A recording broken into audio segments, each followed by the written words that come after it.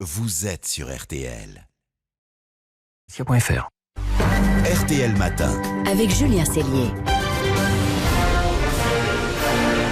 Un air d'Amérique. Et l'édition spéciale continue, 5h40 sur RTL. RTL avec vous pendant cette crise du coronavirus. Crise chez nous, mais crise mondiale. On va partir tout de suite aux États-Unis rejoindre notre correspondant à New York, Philippe Corbet. Bonjour Philippe. Bonjour Julien, bonjour Marina, bonjour à tous. Bonjour Philippe. Vous voulez nous parler ce matin d'une étude absolument inquiétante sur la mortalité potentielle du virus aux États-Unis. Oui, je peux vous dire que c'est un rapport qui a impressionné le président Trump et qui explique d'ailleurs le changement de ton radical qu'on constate ici depuis lundi. Il a vraiment endossé le costume de chef de guerre, puisque lui aussi, comme le président Macron, parle désormais de guerre.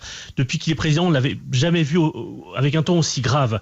En quelques jours, le changement est spectaculaire et la Maison-Blanche laisse entendre que c'est un rapport de chercheurs britanniques qu'a reçu l'équipe du président ce week-end, qui a amené Donald Trump à vraiment prendre la mesure du péril qui guette le pays le plus puissant du monde. C'est une étude qui fait des simulations d'impact en fonction des politiques publiques prises aujourd'hui. En fait, des mesures de restriction. Fermeture des écoles, par fermeture des écoles, confinement, pas confinement.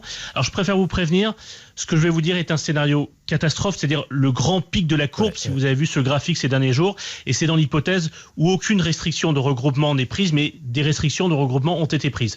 Selon cette étude, le coronavirus pourrait tuer dans les prochains mois jusqu'à 2 200 000 personnes, rien qu'aux États-Unis. C'est considérable, c'est énorme.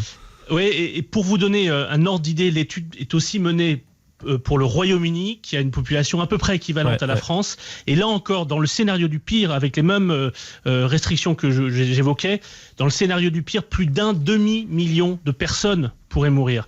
Les auteurs préviennent au passage que le seul moyen d'éviter une mortalité aussi massive, ce sera de maintenir des mesures strictes de confinement et pendant une longue période, pas seulement quelques semaines. En fait, selon ce rapport cité par le New York Times, pour freiner l'épidémie, il faudrait des restrictions drastiques sur le travail, l'école et toutes les fréquentations sociales jusqu'à ce qu'un vaccin soit disponible, ce qui pourrait prendre, on nous dit, 1 an, 18 mois. Donc imaginez que ce que nous vivons là pourrait s'installer dans la durée.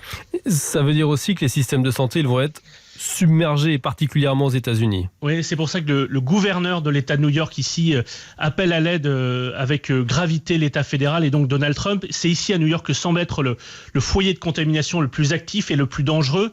Le gouverneur a obtenu du Pentagone de construire sans attendre des hôpitaux de campagne. L'US Navy prépare déjà 2 navires hôpitaux. Chaque bateau compte 12 salles d'opération et 1000 lits, un laboratoire, des hélicoptères pour amener des malades. Donc le Pentagone a déjà mobilisé ces 2 navires, mais la mairie de New York pense que ce ne sera pas suffisant et veut utiliser le Javits Center, qui est un peu l'équivalent de la porte de Versailles. C'est juste en bas du bureau RTL. Transformer cet immense centre de convention en hôpital de campagne. Il est même question d'utiliser rapidement aussi le Madison Square Garden, qui est l'équivalent de Bercy. Merci Philippe, on le comprend avec vous, l'heure elle est grave. Si vous ne l'avez pas encore compris, elle est vraiment grave et cette étude américaine nous le prouve, et le nombre de cas d'ailleurs en France